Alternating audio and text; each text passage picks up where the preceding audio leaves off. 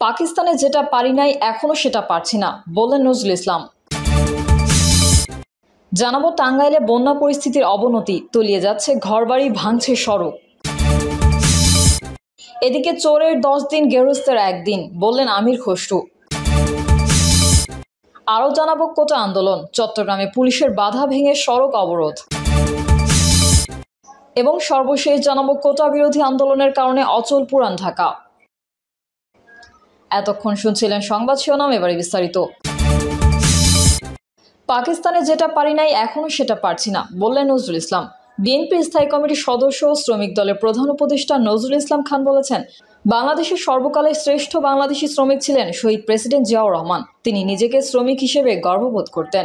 নজরুল ইসলাম খান বলেন, আমরা মুক্তিযুদ্ধে গিয়েছিলাম, দেশে গণতন্ত্র থাকবে, সুশাসন থাকবে, বৈষম্যের অবসান হবে, মানবিক মর্যাদা থাকবে, যেটা পাকিস্তানে ছিল না। আমরা সম্মানিত নাগরিক হিসেবে জীবনযাপন করব, যেটাও পাকিস্তানে পারি নাই, এখনো সেটা পারছি না। কিন্তু দুর্ভাগ্য, ক্ষমতার মোহে ক্ষমতাসীনরা জনগণের আশা আকাঙ্ক্ষা ধ্বংস করে দিয়েছে। আজকে দেশে গণতন্ত্র নাই, এদেশে ভোট হয় না, আজকে দেশে বৈষম্য আরও বেড়েছে। তিনি বলেন, একদিকে হাতে গোনা কিছু মানুষ বিপুল সম্পত্তির মালিক হচ্ছেন, অন্যদিকে কোটি কোটি মানুষ আরও দরিদ্র হচ্ছেন, নিঃস্ব হয়ে যাচ্ছেন। এরকম বৈষম্য বাড়ানোর জন্য তো আমরা স্বাধীনতার যুদ্ধ করে নাই। আজকে আমরা যারা হালাল রোজগার করি, আমাদের সংসার চলে না। তিনি আরও বলেন, দেশে 7 কোটিরও বেশি শ্রমিক কর্মচারী, কিন্তু তাদের গুরুত্ব নাই। জাতীয় সংসদে একজন মাত্র শ্রমিক নেতা এমপি, আর সংসদে 70% এমপি হয় শিল্পপতি, না হয় ব্যবসায়ী, শতকরা 80% কোটিপতি। এই অবস্থা চলতে থাকলে এই সংসদ ও সরকারের কাছ থেকে কোনো সুবিধা পাওয়ার আশা নাই, কারণ এই সরকারের ভোটের দরকার হয় না। ভোটাধিকার নিশ্চিত করতে হলে শ্রমিকদের ঐক্যবদ্ধ হতে হবে। চোরের 10 দিন গেরস্তের একদিন, বললেন আমির খসরু। বিএনপির স্থায়ী কমিটির সদস্য আমির খসরু মোহাম্মদ চৌধুরী বলেছেন, কথায় আছে চোরের 10 দিন গেরস্তের একদিন, সেই দিন চলে গেছে। এই দুর্দিনে সবাইকে ঐক্যবদ্ধভাবে শেখ হাসিনার রেজিমকে পরাজিত করতে হবে। আমির খসরু বলেন, 28শে ডিসেম্বর জনসভায় গুলি করে, গ্রেনেড মেরে, টিয়ার গ্যাস ছেড়ে বন্ধ করে দিয়েছিল। এজন্য অনেকে বলে, আন্দোলন কি আবার নতুন করে শুরু হবে? না, আন্দোলন চলমান আছে। গুলি করে, গ্রেনেড মেরে জনসভা বন্ধ করলে আন্দোলন বন্ধ করা যায় না। খসরু বলেন, ডামি নির্বাচন করে কেউ যদি মনে করেন আন্দোলন শেষ হয়ে গেছে অথবা বিএনপিকে নতুন করে শুরু করতে হবে, তারা ভুল করছেন। নতুন করে শুরু করার কিছু নাই, আন্দোলন চলমান আছে। ভয়ে প্রধানমন্ত্রী সকাল বিকেলে কী ধরনের মন্তব্য করে বুঝতে পারছেন না, কারণ তারা জানে বাংলাদেশের 95% মানুষ তাদের নির্বাচন বয়কট করেছে, পরবর্তীতে উপজেলা নির্বাচনও বয়কট করেছে। তিনি বলেন, অন্যায় যখন আইনে পরিণত হয়, প্রতিরোধ তখন অপরিহার্য। বাংলাদেশে কোনো বিচার আছে? যেখানে কোনো বিচার নেই সেখানে প্রতিবাদ করে কোনো লাভ আছে? তাহলে প্রতিরোধ করতে হবে। আমরা সবাই প্রস্তুত। নেতাকর্মীরা কেউ হাল ছাড়ে নাই। ঘরবাড়ি ভেঙেছে, ব্যবসা হারিয়েছে, চাকরি গেছে, জীবন দিয়েছে, মামলার পর মামলা হচ্ছে, পুলিশের হেফাজতে মৃত্যুবরণ করেছে, জেলে বিনা চিকিৎসায় মৃত্যুবরণ করেছে। কেউ হাল ছাড়ে নাই, আরও বেশি শক্তিশালী হয়েছে। কোটা আন্দোলন, চট্টগ্রামে পুলিশের বাধা ভেঙে সড়ক অবরোধ। টানা দ্বিতীয় দিনের মতো কোটা সংস্কারের দাবিতে সড়ক অবরোধ করেছে চট্টগ্রাম বিভিন্ন শিক্ষা প্রতিষ্ঠান সহ বিশ্ববিদ্যালয়ের শিক্ষার্থীরা। দাবি আদায়ে শিক্ষার্থীরা পুলিশের বাধা ভেঙে নগরীর 16 শহর রেল স্টেশন থেকে মিছিল নিয়ে 2 নম্বর গেট এলাকায় দিকে যাচ্ছে। এই রিপোর্ট লেখা পর্যন্ত আন্দোলনকারীরা 2 নম্বর গেটের গোল চত্বরে অবস্থান নিয়েছে। তাদের অবস্থানের কারণে সড়কে যান চলাচল বন্ধ হয়ে গেছে। নগরীর অন্যতম গুরুত্বপূর্ণ সড়কে যান চলাচল করতে না পারায় ভোগান্তিতে পড়তে হয়েছে নগরবাসীকে।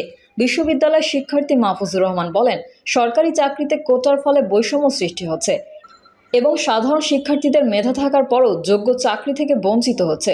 মূলত আমরা সব ধরনের বৈষম্যমূলক কোটা প্রত্যাহার করার জন্য এই আন্দোলন করে যাচ্ছি। প্রসঙ্গত, কোটা ব্যবস্থা বাতিলের দাবিতে গত 4 দিন ধরে টানা আন্দোলন করে যাচ্ছেন চট্টগ্রাম বিশ্ববিদ্যালয়ের সাধারণ শিক্ষার্থীরা। এই আন্দোলনে তারা 4 দফা দাবি জানিয়ে আসছেন। দাবিগুলো হলো, 2018 সালে ঘোষিত সরকারি চাকরিতে কোটা পদ্ধতি বাতিল ও মেধাভিত্তিক নিয়োগের পরিপত্র বহাল রাখতে হবে। 2018-এর পরিপত্র বহাল সাপেক্ষে কমিশন গঠন করে দ্রুত সময়ের মধ্যে সরকারি চাকরিতে অযৌক্তিক ও বৈষম্যমূলক কোটা বাদ দিতে হবে এবং সংবিধান অনুযায়ী কেবল অনগ্রসর ও সুবিধাবঞ্চিত জনগোষ্ঠীর কথা বিবেচনা করা যেতে পারে। সরকারি চাকরির নিয়োগ পরীক্ষায় কোটা সুবিধা একাধিকবার ব্যবহার করা যাবে না এবং কোটায় যোগ্য প্রার্থী না পাওয়া গেলে শূন্য পদগুলোতে মেধা অনুযায়ী নিয়োগ দিতে হবে। দুর্নীতিমুক্ত, নিরপেক্ষ ও মেধাভিত্তিক আমলাতন্ত্র নিশ্চিত করতে কার্যকর ব্যবস্থা নিতে হবে। টাঙ্গাইলে বন্যা পরিস্থিতির অবনতি, তলিয়ে যাচ্ছে ঘরবাড়ি, ভাঙছে সড়ক। টাঙ্গাইলে বন্যা পরিস্থিতির অবনতি হচ্ছে। নদীর পানি লোকালয়ে প্রবেশ করার নতুন নতুন এলাকা প্লাবিত হওয়ায় পানিবন্দী হচ্ছে হাজার হাজার পরিবার। গরু, ছাগল, হাঁস, মুরগি নিয়ে বেশি বিপাকে পড়েছেন বন্যার্তরা। দেখা দিচ্ছে সুপেয় পানির অভাব। অন্যদিকে জেলার ভুইয়াপুরে যমুনা নদীর পানি গ্রামে প্রবেশ করায় একটি পাকা সড়ক ভেঙে গেছে। এছাড়া পানিবন্দী হয়ে পড়েছে শত শত পরিবার। এতে দুর্ভোগে পড়েছেন নিম্ন অঞ্চলের মানুষজন। সরেজমিনে উপজেলার গোবিন্দাসী ইউনিয়নের কাষ্টাপাড়া, ঘোষপাড়া, খানুরবাড়ি, ভালুকুটিয়া এলাকায় দেখে গেছে রাস্তা তলিয়ে যাওয়ায় ভোগান্তি আরও বেড়েছে। গত 2 দিন ধরে তারা পানিবন্দী হয়ে মানবেতর জীবনযাপন করছেন। এছাড়া যমুনা নদীর পানি লোকালয়ে প্রবেশ করায় গোবিন্দাসী, কাষ্টাপাড়া, ভালকুটিয়া রাস্তাটি ভেঙে গেছে। এতে ওই রাস্তায় চলাচল বন্ধ হয়ে দুর্ভোগে পড়েছেন স্থানীয়রা। গোবিন্দাসী বাজারের কিছু অংশ পানিতে তলিয়ে পানিবন্দী উপজেলার গাবসারা, নিকরাইল, অর্জুনা ইউনিয়নের বেশ কয়েকটি গ্রামের মানুষজন। শনিবার দুপুর 12টা পর্যন্ত যমুনা নদীর ভুইয়াপুর অংশে বিপদসীমার 57 সেন্টিমিটার উপর দিয়ে প্রবাহিত হচ্ছে পানি। আর বঙ্গবন্ধু সেতু কর্তৃপক্ষের হিসাব অনুযায়ী বঙ্গবন্ধু সেতু এলাকায় যমুনা নদীতে দুপুর 12টা পর্যন্ত বিপদসীমার 12 সেন্টিমিটার উপর দিয়ে পানি প্রবাহিত হচ্ছে। জেলা পানি উন্নয়ন বোর্ডের দেওয়া সকল তথ্য অনুযায়ী গত 24 ঘন্টায় ঝিনাই নদীর পানি জোকারচর পয়েন্টে 14 সেন্টিমিটার, ব্রহ্মপুত্র যমুনা নদীর পানি পোড়াবাড়ি পয়েন্টে 8 সেন্টিমিটার, ধলেশ্বরী নদীর পানি এলাসিন পয়েন্টে 27 সেন্টিমিটার, ফটিকজানি নদীর পানি নলচাপা ব্রিজ পয়েন্টে 18 সেন্টিমিটার, বংশাই নদীর পানি কাউলজানি পয়েন্টে 24 সেন্টিমিটার, মির্জাপুর পয়েন্টে 12 সেন্টিমিটার এবং মধুপুর পয়েন্টে 17 সেন্টিমিটার বৃদ্ধি পেয়েছে। জেলার ভুইয়াপুর, কালিহাতী, নাগারপুর, গোপালপুর ও সদর উপজেলার বিভিন্ন গ্রামে নদীর পানি প্রবেশ অব্যাহত রয়েছে। এদিকে পানি বৃদ্ধির কারণে কয়েকটি উপজেলার বিভিন্ন এলাকায় ভাঙনও অব্যাহত রয়েছে। ভুইয়াপুর উপজেলার গোবিন্দাসী ইউনিয়নের ভালকুটিয়ার ইউপি সদস্য আব্দুল কাদের ঢাকা পোস্টকে জানান, পানির স্রোতের কারণে ভালকুটিয়া এলাকায় পাকা রাস্তা ভেঙে গিয়ে যোগাযোগ বিচ্ছিন্ন হয়ে পড়েছে। প্রতি বছরই যমুনা নদীর পানি এলাকায় প্রবেশ করায় ক্ষতিগ্রস্ত হচ্ছে লোকজন। নদীতে স্থানীয় একটি বাঁধ নির্মাণ করা হলে এলাকার বন্যা হবে না। উপজেলার গোবিন্দাসী ইউনিয়ন পরিষদের চেয়ারম্যান দুলাল হোসেন চকদার বলেন, যমুনার পানি লোকালয়ে আসায় কাষ্টাপাড়া, ভালকুটিয়া, খানুরবাড়ি, চিতুলিয়াপাড়া সহ কয়েকটি গ্রামের মানুষজন পানিবন্দী হয়ে পড়েছেন। ভালকুটিয়া রাস্তাটি ভেঙে যাওয়ায় আরও বেশি দুর্ভোগে বেড়েছে। ঊর্ধ্বতন কর্তৃপক্ষকে অবহিত করা হয়েছে। ইউনিয়ন পরিষদ থেকেও বন্যার্ত মানুষের জন্য প্রয়োজনীয় ব্যবস্থা গ্রহণ করা হবে। ভুইয়াপুর উপজেলা নির্বাহী কর্মকর্তা মোহাম্মদ মামুনুর রশিদ ঢাকা পোস্টকে বলেন, সার্বিক পরিস্থিতি পর্যবেক্ষণ করে ঊর্ধ্বতন কর্তৃপক্ষকে অবহিত করা হচ্ছে। এছাড়া ভাঙন এলাকা ও বন্যা কবলিতদের খোঁজখবর রাখা হচ্ছে। প্রশাসনের সকল প্রস্তুতি রয়েছে। কোটা বিরোধী আন্দোলনের কারণে অচল পুরান ঢাকা।